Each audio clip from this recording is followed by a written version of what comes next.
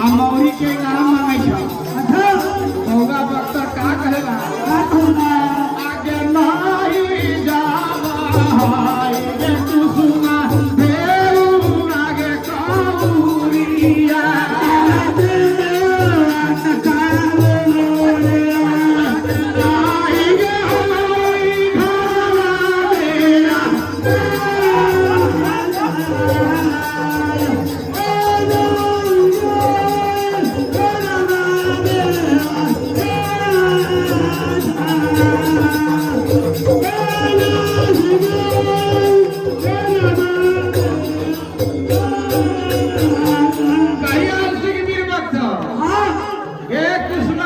हमारा जेली में ठेहुआ है कौड़ी आ घर में अनाजो नहीं थी कि हम मौरी के नाम तोरा की दिया